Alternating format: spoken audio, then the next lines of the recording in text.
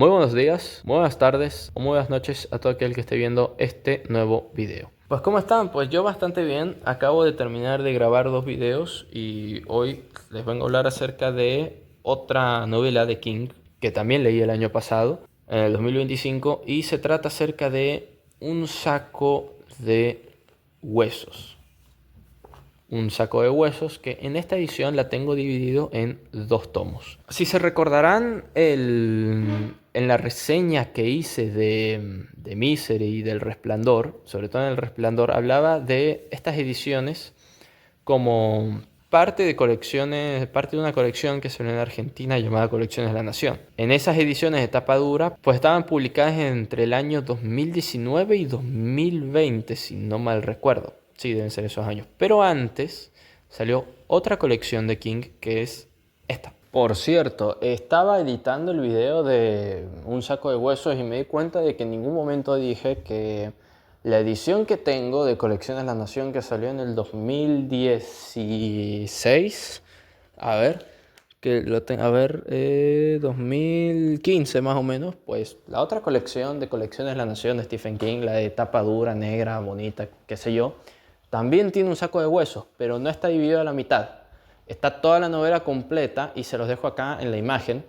Ese libro pues también me lo quiero comprar por el simple hecho de que pertenece a esa colección. Me quiero comprar todos los libros y a ver cómo mierda los consigo, porque no los consigo por ninguna parte. Están todos recontra agotados. Debe haber uno o dos dando vueltas por el país, pero bueno, mejor ni sigo. Pero ese sería el pequeño dato que me olvidé mencionarles. Y bien, en este caso tenemos Un saco de huesos, que es una novela que dividieron en dos tomos. Y la historia pues tiene unas 720 páginas, si no me mal equivoco. Este primer tomo tiene unas 380, con una letra bastante grande, la verdad bastante grande. Si nos vamos, por ejemplo, a otro libro de King, por ejemplo este, y abrimos, como pueden ver, la letra pues es la letra de Un saco de huesos, es bastante más grande que esta otra. Y pese a ser 700 páginas, pues esto hace que sea muchísimo más agradable. Y el segundo tomo, que pueden ver que este acá, que se diferencia de los dos tomos, se diferencian porque este tiene unas letras un poquito, los colores más fríos, más resaltantes, y estos tienen un poco más cálidos. Parece que están un poco más opacos. El brillo cambia. Y esta otra este otro tomo, perdón, es que estoy diciendo pelotudeces. Estoy diciendo pelotudeces, tiene unas 326 páginas. No les quería mostrar el final porque ya vamos a hablar del final. Bien, para esta reseña pues no voy a tener los dos tomos ahí porque no es de un solo libro, así que este tomo se va a ir a la mierda y nos vamos a quedar con este. ¿Por qué? Porque tiene los colores más bonitos y porque es bastante más flexible que este otro. Este otro pues está más duro, que ya vamos a hablar de estas ediciones y la dureza de los libros, sobre todo en la siguiente reseña de King. Pero bien, traducción es de, como pueden ver ahí dice Un saco de huesos parte 1, traducción M. Eugenia Ciocchini, no sé si es María o si es Mario, puede ser cualquiera de las dos. Pero bueno, esta novela fue publicada en 1998 y es una de las largas de King. Pero bien, empecemos con el argumento de la historia. La historia nos cuenta acerca de un hombre, un escritor llamado Michael Noonan, lo llaman Mike, el cual es nuestro narrador de toda la historia. Y al puro principio de la novela, nada más entrar, nos cuenta que su esposa falleció repentinamente. Y producto de eso, él cae en una depresión muy fuerte, muy fea, y en un periodo de pesadillas. Pasa bastante tiempo así, algunos años, en un estado lamentable, hasta que decide enfrentar a sus miedos y volver a la casa de verano que compartía con su esposa, la casa se llama Sarah Rice y está representado en este dibujito de acá. Al llegar a la casa, se da cuenta no se da cuenta, le suceden dos cosas. Primero, es que él conoce a una mujer y a su hija y pronto se ve envuelto en los problemas que ellos tienen. Y lo segundo es que comienza a presenciar acontecimientos muy extraños, muy aterradores, que no tienen explicación en su casa y que lo vinculan con su pasado. Y eso sería el argumento, hasta acá puedo hablar.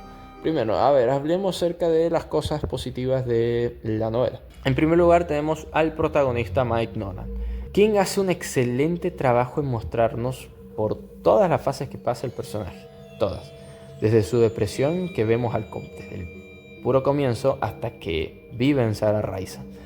Prácticamente desde el inicio de la novela vemos todo a través de los ojos de él y transmiten muy bien lo que hace, la tristeza del personaje. Aparte de que en Mike Nolan, podemos ver una faceta de escritor, la faceta de escritor Stephen King. Porque si bien hay muchos libros de King que tienden a que su protagonista sea un escritor como Jack Torrance en El Resplandor, Paul Sheldon en Misery o en otras historias más cortas, por ejemplo el personaje de Tess de Camionero Grande en un libro llamado Todo Oscuro Sin Estrellas, que lo tengo acá. En esta en esta recopilación de novelas cortas, la segunda historia tiene a una escritora. Lo que ocurre con esos personajes es que no podemos ver muy bien el proceso creativo de un escritor. Sí, por ejemplo, en Paul Sheldon, pero no en otros, por ejemplo, en Jack Torrance o en Tess. Esto depende mucho de cómo va la historia y de lo que quiere contar King. Pero en el caso de Mike Nolan vemos todo el proceso creativo de él y cómo avanza en sus historias mientras los demás acontecimientos pasan. Es el segundo libro, detrás de Misery, que creo que mejor refleja la etapa de escritor de King, al menos los que yo he leído. Después, el siguiente punto es el desarrollo de los personajes, y más allá de Mike Nolan, el resto de los personajes están muy bien construidos y desarrollados. Vemos sus pasados, por qué son como son, cómo interactúan con nuestro protagonista y cómo se mueven ellos como seres independientes que no parecen títeres de un escritor que lo que hace es agarrar y llevarlos de un lado para el otro en la historia de modo que sea conveniente. No, sino que ellos tienen un alma propia. Y dentro de los personajes quiero destacar a dos en particular. En primer lugar, la esposa de Mike, Joanna, y en segundo lugar a otro personaje. Primero, la esposa de Mike es bastante curioso que diga que está muy bien desarrollada porque ella en el presente de la historia está muerta. Es decir, no podemos ver cómo habla ni nada por el estilo, pero a través de los ojos de varios personajes, sobre todo de Mike, nos podemos hacer una idea de cómo era ella.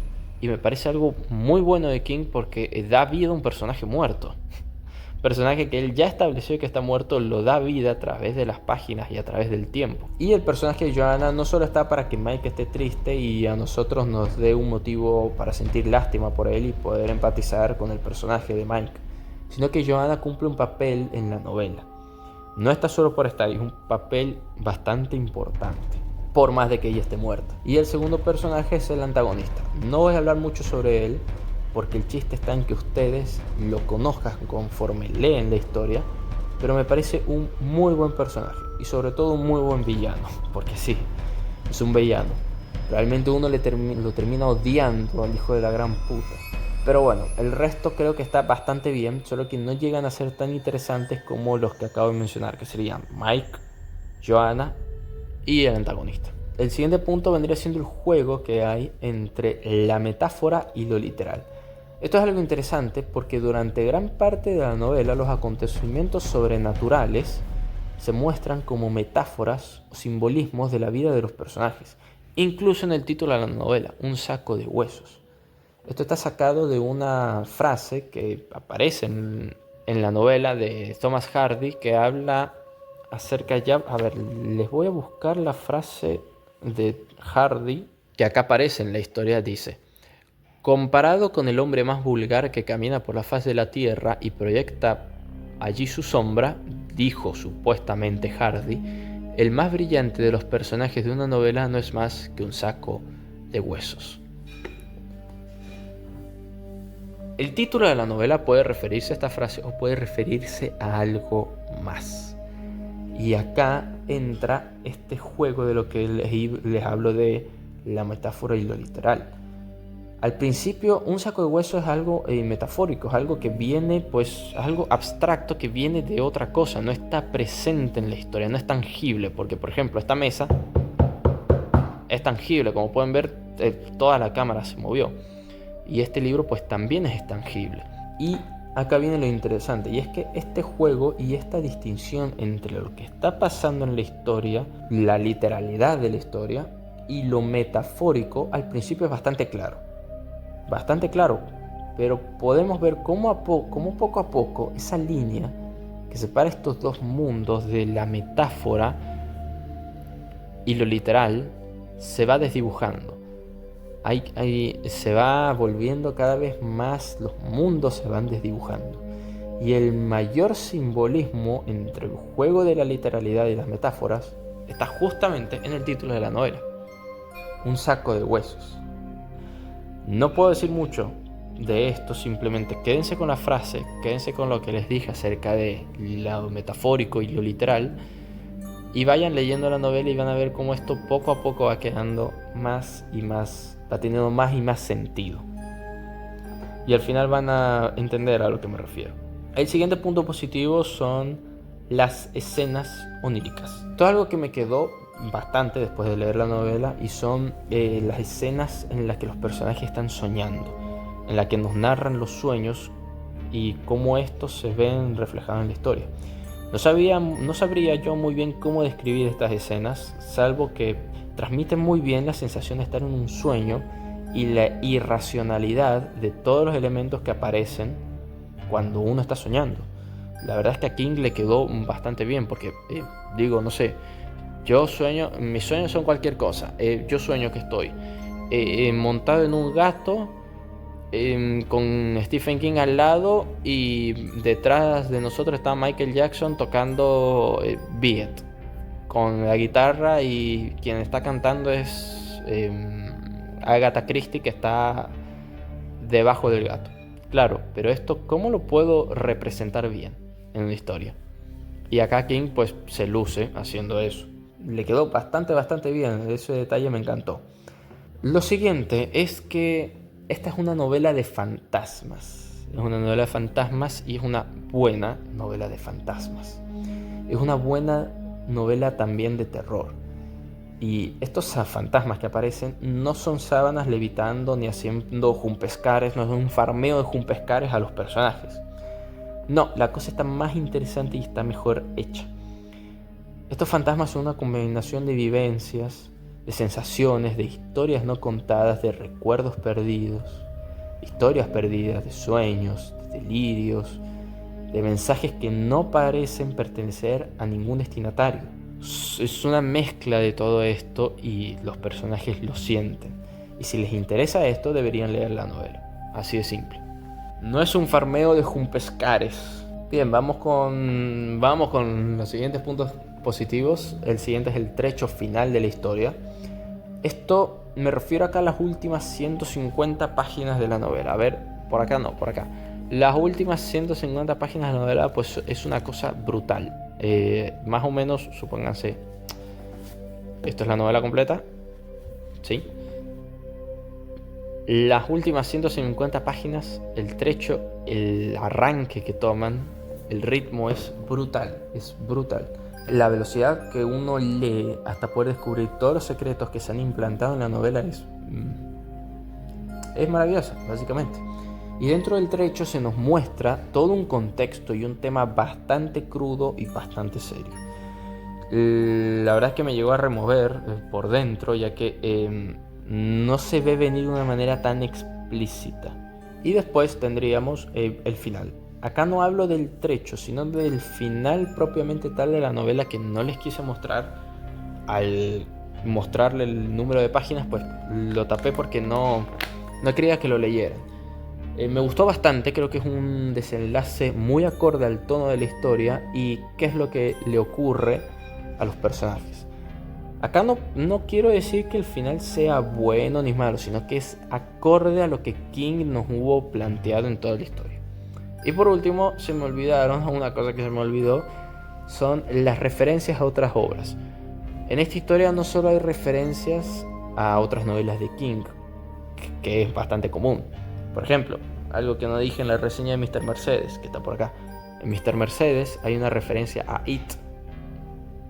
Hay una referencia a It, es bastante curiosa. No aparece como tal el payaso, pero busquen cómo es la referencia a It en Mr. Mercedes. El caso es que no solo hay referencias al universo Stephen King, sino que lo que más me gustó son las referencias a otras historias que leyéndolas me sacaron una sonrisa. Como por ejemplo la historia de Bartleby, el escribiente, que aparece de hecho acá. Referencias a libros, por ejemplo, a la de Bartleby o la de Rebecca de Daphne du Maurier, y que se integran bastante bien a la novela. Y otras obras, por ejemplo, la de Thomas Hardy, al cual autor sigo queriendo leer, todavía no me he puesto con él.